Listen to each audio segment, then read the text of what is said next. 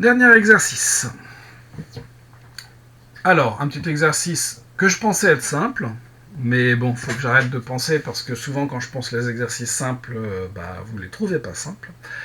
Donc il s'agit d'une fonction, f de x égale x plus 1 plus ax exponentielle de moins x carré, où a est un certain réel. On considère deux points dans un repère. Bon. Justifier que pour tout a appartenant à R, la courbe C passe par le point A. Donc je me donne un réel A, et je vais calculer f de 0. C'est donc 0 plus 1 plus a fois 0 multiplié par exponentielle de moins 0 au carré, bref, ça fait 1. Donc, j'en déduis que pour tout a appartenant à R, le point A appartient à la courbe C. Première question, c'est plié en moins de temps qu'il ne faut pour l'écrire que le... Enfin, bref, ça va très vite. Question 2. Déterminer l'équation de la droite AB. Alors là, vraiment, je pensais que ça allait être du gâteau. La droite AB admet une équation réduite de la forme y égale mx plus p, avec m égale yb moins ya sur xb moins xa, c'est-à-dire 3 moins 0, 3 moins 1, pardon, ya c'est 1, divisé par moins 1 moins 0, c'est-à-dire 3 moins 1, 2 sur moins 1, c'est-à-dire moins 2, et p égale ya par exemple, moins m multiplié par xa, c'est-à-dire ya, ya c'est 1, moins m, je viens de trouver moins 2 multiplié par xa, c'est-à-dire 1. Donc la droite AB a pour équation y égale moins 2x plus 1. Question difficile, hein, voilà. Question limite de collège, je pense. Question 3. Déterminer l'expression de f' de x pour tout réel ax. Bon. F est une somme, un produit et une composée de fonctions qui sont dérivables sur R. Je me donne donc un réel A, un réel X, et je vais calculer f' de X. Attention, il y a un piège, enfin je ne pensais pas que c'en était un, mais le ax exponentielle de moins x carré, c'est un produit. Donc dérivé de la fonction affine x plus 1, j'ai donc 1, plus, ensuite j'ai mon produit. Donc je vais avoir la dérivée de ax qui va me faire a, multiplié par exponentielle de moins x carré, plus ax, multiplié par moins 2x, exponentielle de moins x carré, c'est-à-dire, et je vous conseille de faire ça systématiquement quand vous le pouvez, de mettre en facteur tout ce que vous pouvez. Donc le 1, lui, il ne peut pas être en facteur, plus a, facteur de 1 moins 2x, moins 2x carré, à cause de x qui est ici, exponentielle de moins x carré. Voilà une expression de f' de x. Encore une question très difficile. Question 4. On suppose que AB est tangente à la courbe C au point A, déterminée alors A. Puisqu'on a ça, on a donc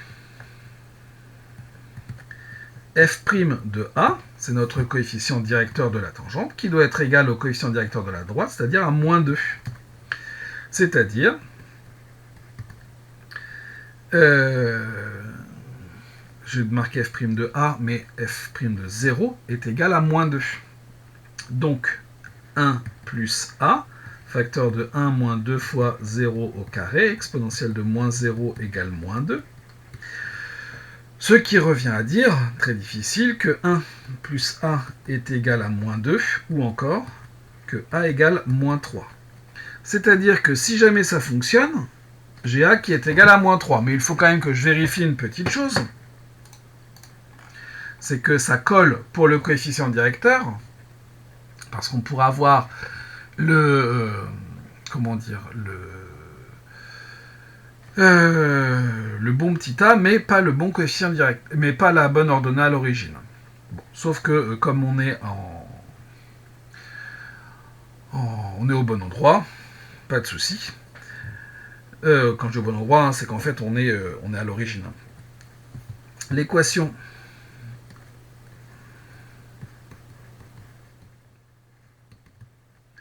réduite de la tangente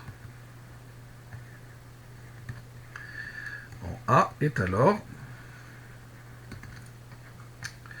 en fait comme on est au point A,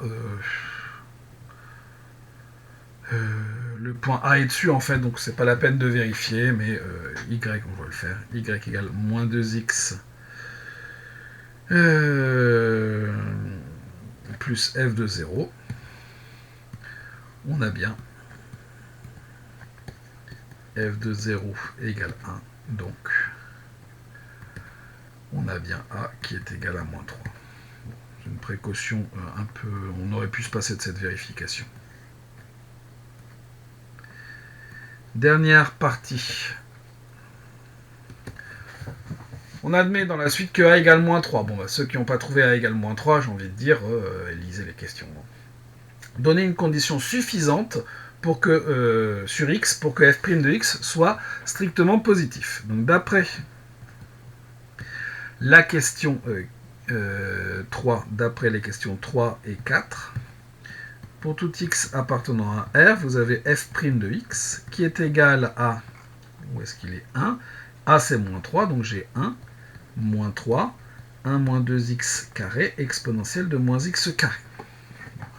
On me demande ce qu'il faudrait pour que x soit, pour que f' de x soit strictement positif. Alors évidemment, je ne sais pas tellement évaluer cette différence entre 1 et moins 3. Mais si jamais cette chose-là était négative, globalement, mon f' serait positif. Donc si jamais, je vais dire ça plutôt comme ça, il suffit que 3 facteurs de 1 moins 2x carré exponentielle de moins x carré soit strictement négatif pour que f' de x soit strictement positif. De cette façon-là, hein, j'ai un nombre positif moins un nombre négatif. Moins par moins, vous savez depuis longtemps que ça fait plus. Et donc, ceci est équivalent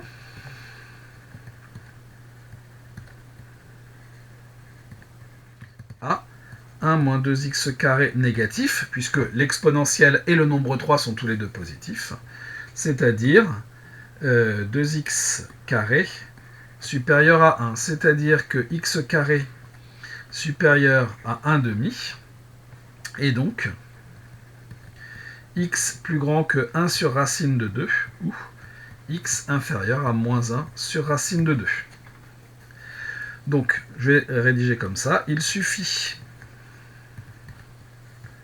que x appartienne à moins l'infini, on voulait strictement positif, donc moins 1 sur racine de 2, union 1 sur racine de 2 plus l'infini, pour avoir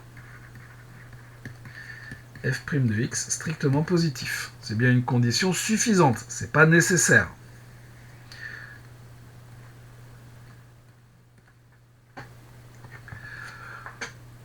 Ensuite, on nous demande une condition nécessaire pour que la quantité soit négative.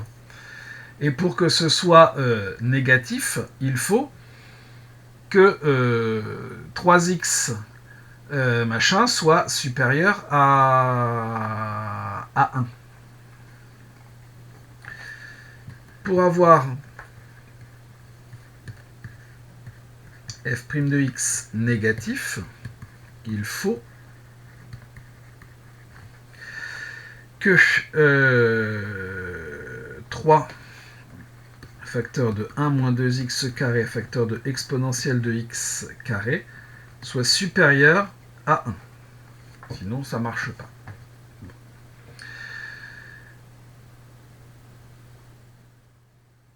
Évidemment, ici, mon exponentielle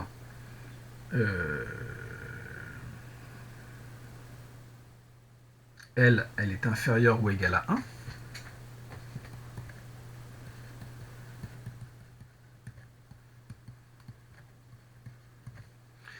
On doit donc avoir, il faut donc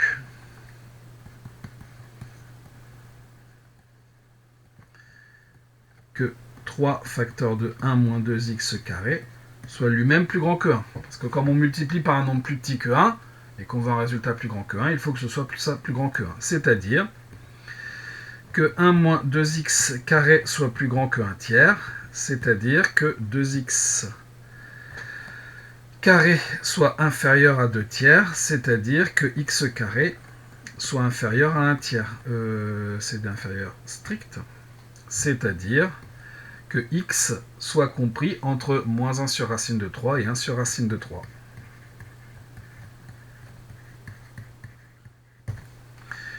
Donc, conclusion, il faut, c'est une condition nécessaire, que moins 1 sur racine de 3 plus petit que x plus petit que 1 sur racine de 3 pour avoir